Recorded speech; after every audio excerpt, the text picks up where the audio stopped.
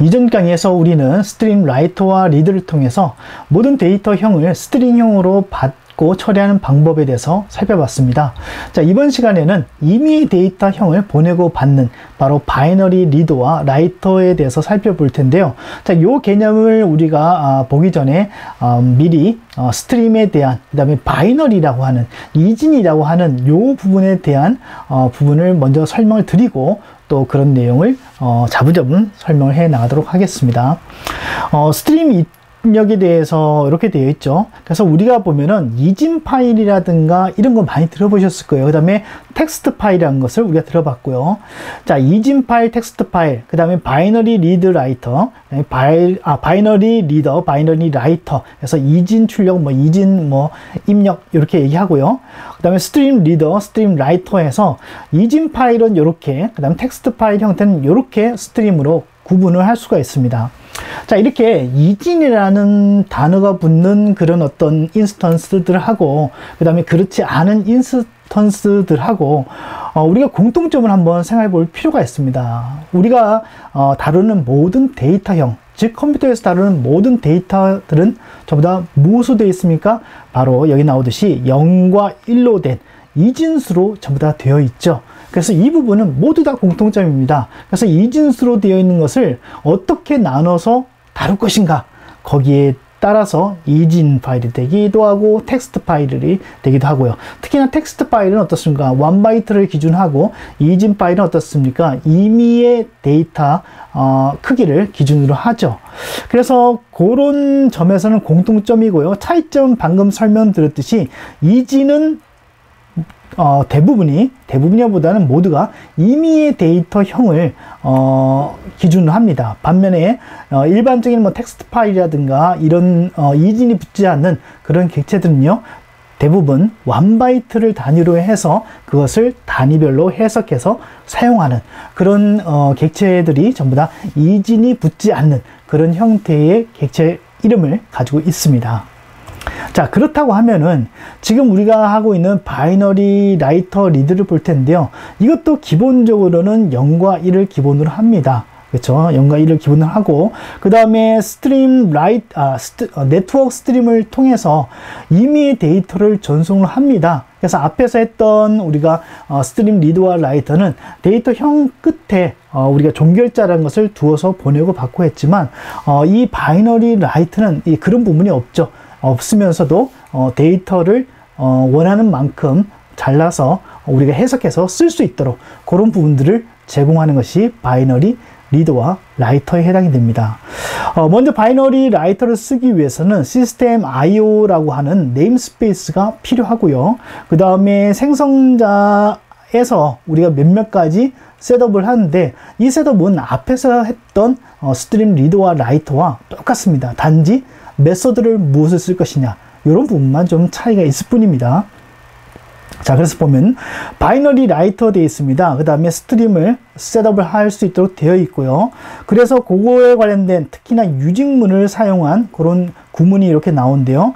TCP 클라이언트 get 스트림 되어 있죠. 그래서 NS를 얻고요. 그 다음에 바이너리 라이터 해놓고 여기 나오는 NS를 이와 같이 셋업을 해서 우리가 바이너리 라이터를 초기화할 수가 있습니다. 자, 바이너리 라이터도 사용자가, 즉 프로그래머가 쉽게 사용할 수 있도록 여러 가지 그런 메소드들을 제공해주고 있는데요. 특히나 데이터형을 쓸 때 여기서 우리가 뭐만 기억을 하면 되냐면요, 여기 나오듯이 라이트라고 하는 요것만 하나만 기억을 하면 됩니다. 되게 간단하죠. 예, 그래서 우리가 스트림 라이터에서도 그때는 어떤 것이 있었습니까? 라이트 라인이 있었죠. 반면에 바이너리 라이터는 라이트 요 하나만 가지고서 모든 데이터형을 전부 다 스트림상에다가 얹어서 보낼 수가 있습니다. 그래서 보면요, 부형, 캐릭터형, INT, 롱형, 플로트, 스트링형 등이 있고요. 더 많은 라이트에 대한 메소드가 있는데요. 여기에 대한 부분들은 여러분들 반드시 MSDN을 찾아보시되, 기본적으로 이런 데이터형을 가지고 있고, 또 이런 데이터형을 우리가 가장 프로그램 안에서 많이 쓰는 기본형 데이터이죠. 그래서 이렇게 됐다는 거 여러분들 기억을 하시고요. 자, 바이너리 라이터는 해제는 똑같이 클로즈를 합니다. 그 다음에 앞에서 봤듯이 유진 구문을 이용하면은 이 클로즈 부분에 신경 쓰지 않고 우리가 프레임을 할 수가 있죠. 예, 그래서 보고요. 자, 그 다음에 리더 보겠습니다. 리더도 똑같습니다. 생성자에서 이 네트워크 스트림이라는 것을 셋업을 해서 우리가 사용을 하고요. 그 다음에 이 바이너리 리더도 라이터와 동일하게 바이너리 라이트에서 보내준 그 같은 그 데이터를 우리가 읽게 되는 것이 바로 리더의 역할인데요. 그 리더에 보게 되면 메서드들이 이런 식으로 되어 있습니다. 리드 불른, 리드 바이트, 리드 뭐 이런 식으로 리드 캐릭터, 리드 int 32 뭐 이렇게 되어 있고요. 그 다음에 32 같은 경우면은 이것이 int형이겠죠. 그 다음에 싱글 됐으면 이건 플로트형입니다. 그렇죠? 예.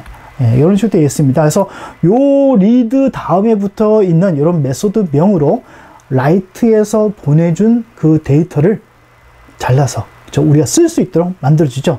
자, 중요한 것이 있습니다. 이것은 어떻습니까? 데이터형 그대로를 리턴해 줍니다. 우리가 스트림 리더와 라이터를 이용했을 때 스트림 리더에서는 모든 것을 어떻습니까? 문자열로 우리가 받았었죠. 그래서 그 문자열을 받아서 그것을 다시 형변화를 해서 우리가 썼었는데 지금 바이너리 리더 같은 경우에는 읽은 데이터 타입을 그대로 리턴하고 있기 때문에 우리는 어떻습니까? 이것을 쓰기가 굉장히 편리하다는 얘기겠죠. 예, 그래서 이렇게 우리가 바이너리 리더와 라이트를 사용할 수가 있습니다. 그래서 보면은 네트워크 스트림이라는 것은 기본적으로 쓰고요. 그 다음에 예를 들어서 라이트에서 플로트 int 스트링을 보낸다. 플로트 int 스트링을 보낸다면은 이것과 1대1 대응되게 클라이언트 쪽에서도 리드 싱글, 리드 int, 리드 스트링 이런 식으로 해서 보내는 걸 하나씩 받도록 이렇게 1대1 대응시켜 주면은 서버에서 보낸 데이터를 우리가 받을 수가 있습니다. 그래서 우리가 지금 보게 될 예제가 있는데요. 해제는 당연히 여기 나오듯이 클로즈겠죠. 예, 클로즈고요. 소스 예제를 볼 텐데요. 요 예제도 앞에서 했던 스트림 리드와 라이터 똑같습니다. 그래서 서버 쪽에서 클라이언트랑 쭉 밀어주는데요. 그래서 그 밀어준 데이터를 하나씩 받아서 출력하는, 어디서? 클라이언트 쪽에서. 서버는 데이터를 전달해주고 클라이언트는 그 데이터를 받아서 보여주는 이런 형태를 구현을 해 보려고 합니다. 그래서 소스를 보시면 좀 더 쉽게 여러분들 이해를 할 수 있을 겁니다.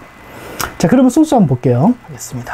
소스에서 자, 바이너리 라이트에서 메인 있습니다. 리스너 붙어 있죠. 리스너 붙어 있으면 이게 서버라는 것을 우리가 알 수가 있습니다. 그쵸? 네, 돼 있고. 그 다음에 스타트 시켰습니다. 그 다음에 TCP 클라이언트 얻어냈고요. 그 다음에 네트워크 스트림 얻어냈습니다. 그 다음에 바이너리 라이트 우리가 생성을 했고요. 그 다음에 내가 보내고자 한 데이터 여기 나오듯이 불형 int 플로트 스트링 요 데이터를 보내려고 합니다. 그렇죠? 그래서 보내려 하고요. 그 다음에 그에 따라서 보내는 대로 라이트에서 쓰고 있죠. 굉장히 간단하죠. 라이트만 기억하면은 되기 때문에. 자, 이렇게 해놓고 어떻습니까? 다 보냈으면 클로즈, 스탑 이렇게 씁니다. 서버에서는 데이터를 클라이언트 쪽으로 어떻게 보냈겠습니까? TCP이기 때문에 안전하게 보냈겠죠. 그러면 요것과 1대1 대응되는 그 리더를 하나씩만 만들어 주시면 됩니다. 그래서 여기 보면은 앞에서 했던 요 데이터형을 그대로 가지고 있습니다. 그 다음에 TCP 클라이언트 그대로 했고요.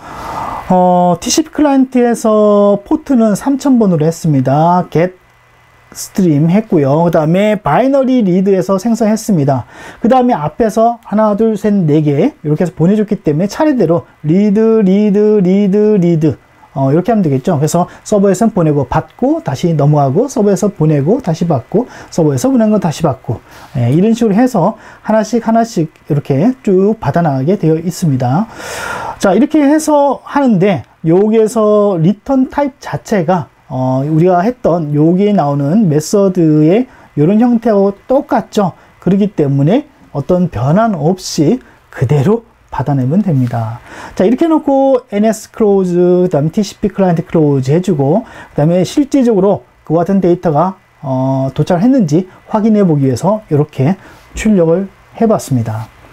자, 소스적인 부분들은 오히려 더 간단하다고 볼 수가 있습니다. 넷 스트림만을 이용했을 때는 그 데이터를 구분하는 방법과 리드를 통해서 읽어내기가 좀 애매모호했습니다. 그래서 여러분들이 인터넷을 찾아보든 뭐 블로그를 찾아보든 많은 그 문서들을 찾아보면은 이 그 TCP에서 데이터를 읽어낼 때 네트워크 스트림만을 사용하는 것이 아니라 앞에 있었던 스트림 리더와 라이터를 같이 이용하고요. 그 다음에 바이널 리드와 라이터를 이용해서 데이터를 읽어내고 보내고 하는 형태로 모든 예제들이 모든 예제라니까 좀 그런데요. 대부분의 예제들이 그렇게 작성된 것을 여러분들이 확인을 해볼 수가 있습니다. 그 이유는 바로 편리성이 있죠. 편리성은 생산성과 연결되기 때문이고, 우리도 이제 하다 보면은 너무 복잡한 것들은 어떻습니까? 또 지칠 때가 있죠. 그래서 이런 편리한 것들을 이용하게 되면은 간단하게 네트워크라고 하는 상황 안에서 내가 원하는 데이터를 주고 받을 수가 있게 되는 것입니다. 자, 그래서 이것도 한번 실행을 한번 해보도록 하겠습니다. 그래서 제가 먼저 서버를 먼저 실행해 볼게요. 자, 서버를 제가 먼저 실행을 했고요. 그 다음에 클라이언트를 제가 실행을 했습니다. 자, 클라이언트를 실행과 동시에 지금 화면에도 지금 나오고 있는데요. 여기 보시게 되면은 서버에서 데이터를 보내줬기 때문에 클라이언트 쪽에서 지금 현재같이 true 12 3.14 헬로 월드를 그대로 받은 것을 우리가 볼 수가 있습니다. 그렇죠? 그렇게 해서 우리가 데이터를 이렇게 받아낼 수가 있습니다. 자, 그 다음에 마지막으로 데이터 변환 클래스와 메서드들 뭐 따로 뭐 설명할 필요 없이 이미 우리는 소스 안에서 이런 내용들을 다 봤죠. 그래서 이 엔코딩이라고 하는 이 관련된 클래스는요, 지금 현재 요와 같은 시스템 텍스트라고 하는 네임스페이스를 기본적으로 필요로 합니다. 하지만 우리가 프로젝트를 생성하게 되면은 시스템 텍스트라는 것이 기본적으로 붙기 때문에 신경 쓰지 않고 그냥 엔코딩이라고 하는 클래스를 마음 놓고 쓸 수가 있습니다.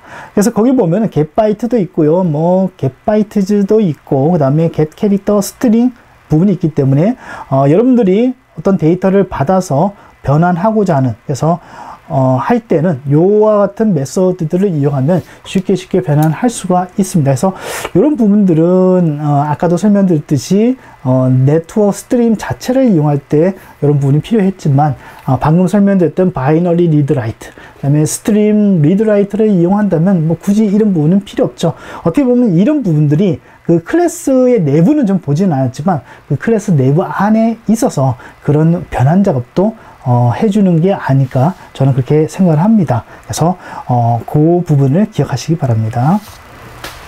자, 2강 네트워크 클래스에 대해서 우리가 전반적으로 살펴봤습니다. 그리고 세 가지로 분류된 정보와 연결과 전송에 관련된 클래스를 살펴봤고요. 총 한 12가지 정도가 됐었죠. 그 다음에 검증하는 프로그램을 몇몇 가지를 작성해 봤는데요.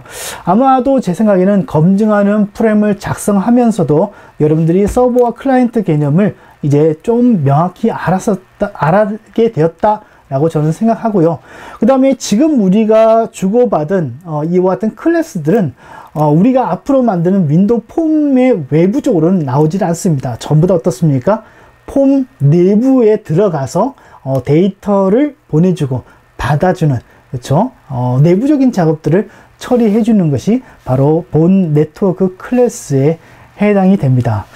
자, 여기까지 해서 참 긴 시간이었는데요. 아무튼 이 12가지의 클래스들 잘 기억하시면은 앞으로 네트워크 프로그램 하는데 뭐 큰 지장은 없을 거라 저는 생각합니다. 그리고 이제부터는 조금씩 윈도우 폼 형식 아래에서 이제 이런 클래스를 탑재를 해서 우리가 프로그램을 작성하는 법을 살펴볼 텐데요. 자, 여기서 하나 여러분들 하셔야 될 부분들, 제가 첫 강에서도 첫 번째 그 시작 시간에도 말씀드렸듯이 다산 선생 지식 경영법이라는 책 또 한번 보시고요. 그래서 여러분들이 이 지금 강의라든가 이런 부분들을 계속 밀고 갈 수 있는 어떤 촉진제를 여러분들 찾아보시고요.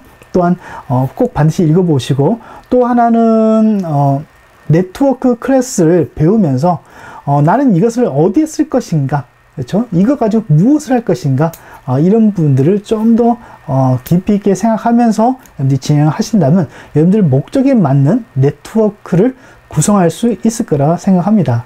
자, 이런 부분들을 왜 강조하냐면요, 네트워크 클래스라든가 이런 부분들은 아까도 말씀드렸듯이 밖으로 표면적으로 나타나는 게 아니죠.